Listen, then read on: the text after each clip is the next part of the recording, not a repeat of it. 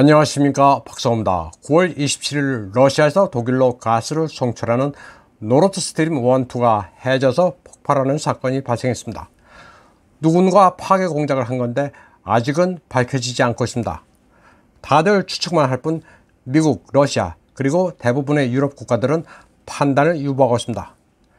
그런데 전 폴란드 국방부장, 외교부장을 지냈던 라도슬라프 시코스키가 땡큐 USA라는 문구를 트위터에 올렸습니다.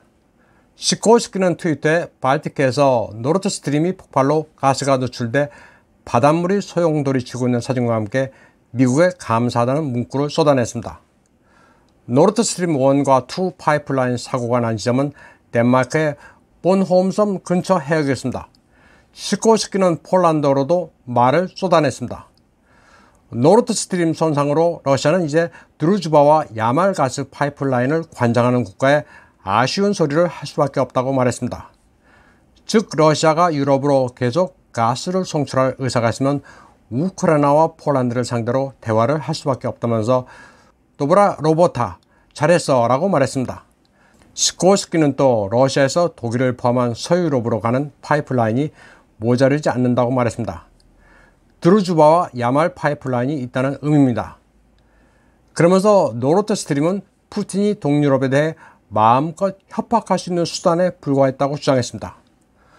또 우크라이나와 발틱 연안 국가들은 20년 동안 노르드스트림 건설에 반대해왔다면서 이제 200억 달러어치의 고철이 바닷속에 방치되게 생겼는데 이는 러시아가 우크라이나를 침공한 대가로 보면 된다고 말했습니다. 스웨덴과 덴마크 당국이 폭발 현장을 조사해본 결과 노르드스트림 1과 2는 모두 송출 압력이 사라졌습니다. 노르드스트림 1은 그동안 기술적 문제로 러시아가 송출량을 확 줄였었고 노르드스트림 2는 독일이 인증을 거부하는 바람에 압력은 유지한 채 가동하지는 않았습니다. 시코스키의 이 같은 트윗이 알려지자 마리아 자하로바 러시아 외교부 대변인은 테러 공격을 공식적으로 시인한 것 아니냐고 의아해했습니다. 주 유엔 러시아 부대표 드미트리 폴리안스키는 민간 시설에 대한 테러 분자식의 공격의 배후가 누구인지 명백하게 밝혀줬다면서 시코스키에게 감사하다고 말했습니다. 그런데 공교롭게도 바이든이 2월 8일 아주 엉뚱한 발언을 한 적이 있습니다. 그는 만약 러시아가 침공을 감행하면 노르드스트림2는 끝장날 것이라고 말했습니다. ABC 기자는 이에 대해 노르드스트림2가 독일 관할인데 그게 어떻게 가능하겠냐고 질문했습니다. 그러자 바이든은 약속하건대 가능할 것으로 본다는 말을 했습니다. 파이프라인 파괴와 관련해 마테우스 모라비에츠키 폴란드 총리는 우크라이나 위기 구조의 다음 단계와 연관된 사보타지 작전이라고 말했습니다. 문제 폭발 발언을 한 시코스키는 전 미국 시민권자로 미국 나토 관련 싱크탱크에서 일해왔습니다. 또한 2005년부터 2007년까지는 폴란드 국방부장, 2007년부터 2014년까지는 폴란드 외교부장을 지냈습니다. 그는 2014년 10월 러시아의 블라디미르 푸틴 대통령이 폴란드와 함께 우크라이나를 분할해 가지기를 원한다는 주장을 늘어놨다가 항의를 받고 발언을 철회하기도 했습니다. 폴란드 얘네들은 무서운 애들입니다. 우크라이나를 분할해 가져야 하겠다는 영토 야심을 오래전부터 드러냈습니다. 시코스키는 2022년 1월 러시아를 연쇄 강간범이라고 비난했으며 우크라이나 TV에 출연해 나토는 키예프 정권에 핵무기를 줄 권리가 있다고 주장하기도 했습니다. 그의 부인도 철저한 반러 인사인 앤 아펠바움입니다. 시코스키는 미국을 노르드스트림 폭발의 배후로 주장한 데 반해 젤렌스키의 보좌관 미하일 포돌락은 EU에 도발하기 위해 러시아가 벌인 테러 공격이란 황당한 주장을 하고 있습니다. 그러면서 독일이 우크라이나에 전차를 보내주는 게 최선의 대응이라고 주장했습니다. 우크라이나는 독일에 대해 너무나도 당당합니다. 아니 당당하다 못해 고압적이기도 합니다. 독일에서 우크라이나 난민들의 위세는 대단합니다. 독일 연방 내무부에 따르면 9월 중순까지 99만 명 이상의 우크라이나 난민이 독일에 도착했습니다. 그런데 이들은 독일과 우크라이나를 왔다리 갔다리 하면서 독일의 복지를 타먹고 있습니다. 이를 독일어로는 조셜 투리스무스라고 합니다. 사회복지 관광이라는 표현입니다. 그런데 독일 최대우 기민당 당수인 프리드리히 메츠가 빌트 TV에 출연해 우크라이나 난민들이 사회적 관광을 경험하고 있다고 불만을 토로했습니다. 우크라이나에서 독일로 그리고 다시 독일에서 우크라이나로 왔다리 갔다리 하면서 독일의 사회복지 예산을 축내고 있다고 말했습니다. 독일인들이 생활하기에도 빠듯한데 해도 너무하는 것 아니냐는 거였습니다. 그러자 녹색당 연방의장인 리카르다 랑이 따졌습니다. 우크라이나와의 연대가 사회복지 관광과 무슨 관계가 있느냐면서 분개했습니다. 녹색당은 이처럼 막무가내 정당입니다. 뿐만 아니라 퇴임하는 베를린 주재 우크라이나 대사 안드리 멜릭도 우크라이나 난민들이 사회적 복지 관광을 한다는 헛소리가 어떻게 나오느냐고 따졌습니다. 안드리 멜릭은 예전에 올라프 숄츠에게도 화난 소세지 같다는 모욕적인 말을 퍼붓기도 한 인사입니다. 프리드리히 메르츠의 발언은 집중 포화를 받았습니다.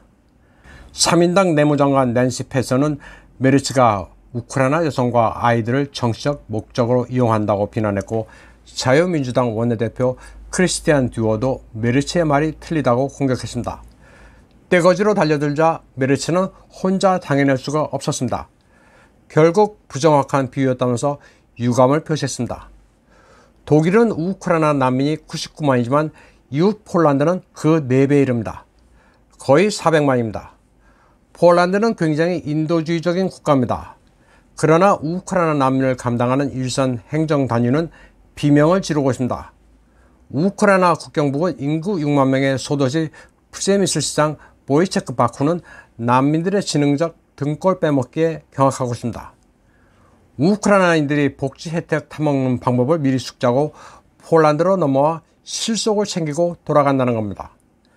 그리고 이들의 운송 과정을 보면 매우 조직적이라고 그는 말했습니다.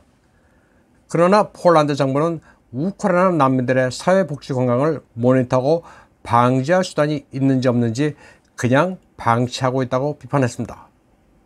다음 소식입니다. 이태리 총선에서 조르지아 멜로니가 이끄는 우파 연정의 승리가 점쳐졌을 즈음 독일의 슈테른지가 그녀를 맹비난했습니다. 슈테른지는 유럽에서 가장 해로운 여성이라는 제목과 함께 가진 인신공격을 해댔습니다.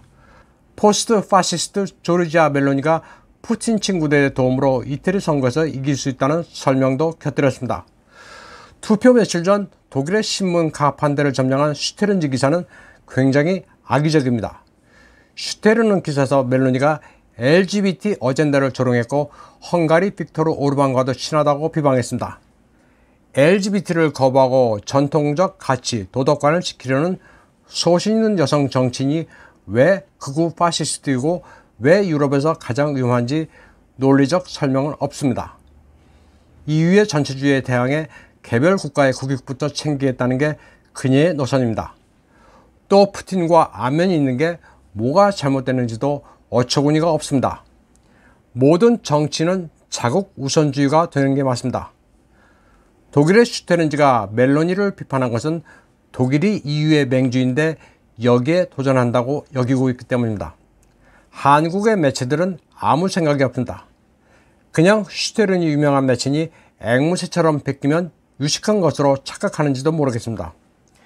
이제 하다하다 게르만에 빙의하기도 합니다. 지식의 뇌성마비 환자가 한둘이 아닙니다. 한편 우크라이나 하리코프에서는 전쟁 중임에도 불구하고 9월 17일부터 25일까지 하리코프 프라이드 행사가 열렸습니다. 우크라이나 정교회 사제로 보이는 이까지도 LGBT 행사에 참가했습니다. 십자가가 그려진 복장에 Stand with Ukraine이라는 문구가 적힌 우크라이나 깃발을 들고 있습니다. 굉장히 아름다운 풍경입니다. 우크라이나의 영광이 있기를 빌며 이번 방송은 여기까지 하겠습니다. 시청해주신 여러분 감사합니다.